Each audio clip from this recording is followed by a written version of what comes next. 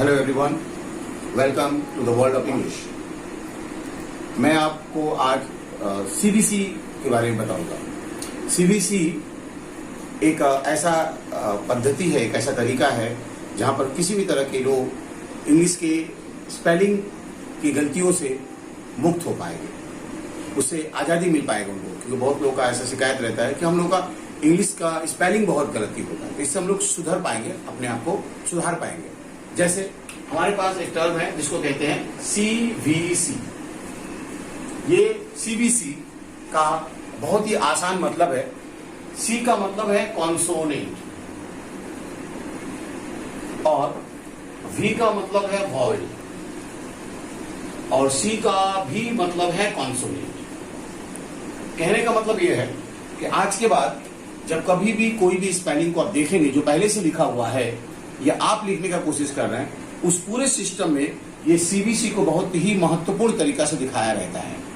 तो हम लोग भी इसको देखेंगे। जैसे आज के बाद हम लोग कोई भी वर्ड देखेंगे और उस वर्ड के पीछे का 3 अक्षर अगर सी वी सी के दायरे में पढ़ते हैं तो हमें उस शब्द के अंतिम कॉन्सोनेंट को डबल कर लेना पड़ेगा। जैसे यहां पर एक वर्ड लिखा हुआ है विन, तो विन लिखा हुआ है तो विन में एन कॉन्सोनेंट है, आई वॉवेल है, डब्ल्यू कॉन्सोनेंट है। अगर हम लोग विन को विनर करना चाहेंगे तो हमको लास्ट वाले कॉन्सोनेंट को और एक बार लिखना होगा और उसके बाद ईआर लिखें। तो कहने का मतलब इंग्लिश के कोई भी शब्द जो सीबीसी के दायरे में पढ़ते हैं, लिखते समय उसके लास्ट वाले अक्षर को हमको डबल करके जो भी करना होगा, चाहे वो ईआर करना हो या आईएनजी करना हो या ईडी करना हो, हम लोग लास्ट वाले को डबल करके ही करेंगे। सिर्फ यही नहीं, अगर पहले से भी लिखा हुआ है और हमको अगर ईआर हटाना है, मतलब उसको नाउन से वर्ब बनाना है, तो हमको वही करना पड़ेगा। जैसे हमने 1 2 3 4 करके आगे जाएंगे तो वापस भी आएंगे 4 3 2 1। कहने का मतलब अगर किसी ने कहा कि इसमें से ईआर को हटा दो, तो हम लोग ईआर को नहीं हटाएंगे, सिर्फ एन को भी कम करना पड़ेगा हमको।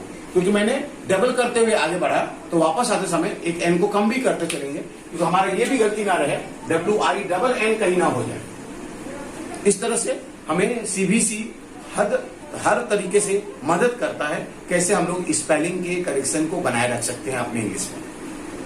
सिर्फ यही नहीं, कई जगहों पर ऐसा दिया जाता है कि अगर लिखा हुआ है कलेक्ट, COLLECT, और ऐसे लिखा हुआ कलेक्ट, इसका मतलब जो एल लिखा हुआ है वो डबल एल क्यों लिखा हुआ, क्योंकि ये सीबीसी में आ रहा है, कॉन्सोनेंट वॉवेल कॉन्सोनेंट। चलो स्पेलिंग था COL, तो अगर उसमें लेफ्ट लिखने गए तो हमको डबल एल करके लिखना पड़ा है। इसका मतलब जो लिखा हुआ पहले से वो भी सीबीसी के आधार पर लिखा हुआ है और आप जो लिखोगे वहां पर भी सीबीसी को महत्व देना पड़ेगा। तो ऐसे आप स्पेलिंग के गलतियों से आजादी पा सकेंगे, मुक्त हो सकेंगे। धन्यवाद।